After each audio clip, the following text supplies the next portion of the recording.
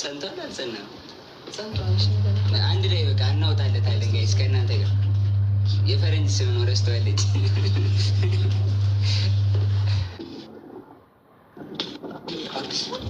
ኢትዮጵያዬ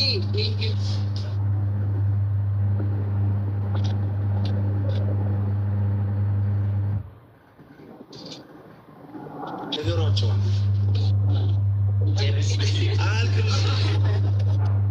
ኢትዮጵያዬ thank you so much. Thank you so much ኢትዮጵያዬ. Thank you bro. Thank you 1 2 3 4. Thank you so much. ሌላ መናገር የምፈልግ ነገር ያው አባቱ ሰባት ብላችሁ ለጠይቃችሁ አባቱ ከች ብሏል። አየር ላይ ከቻሳ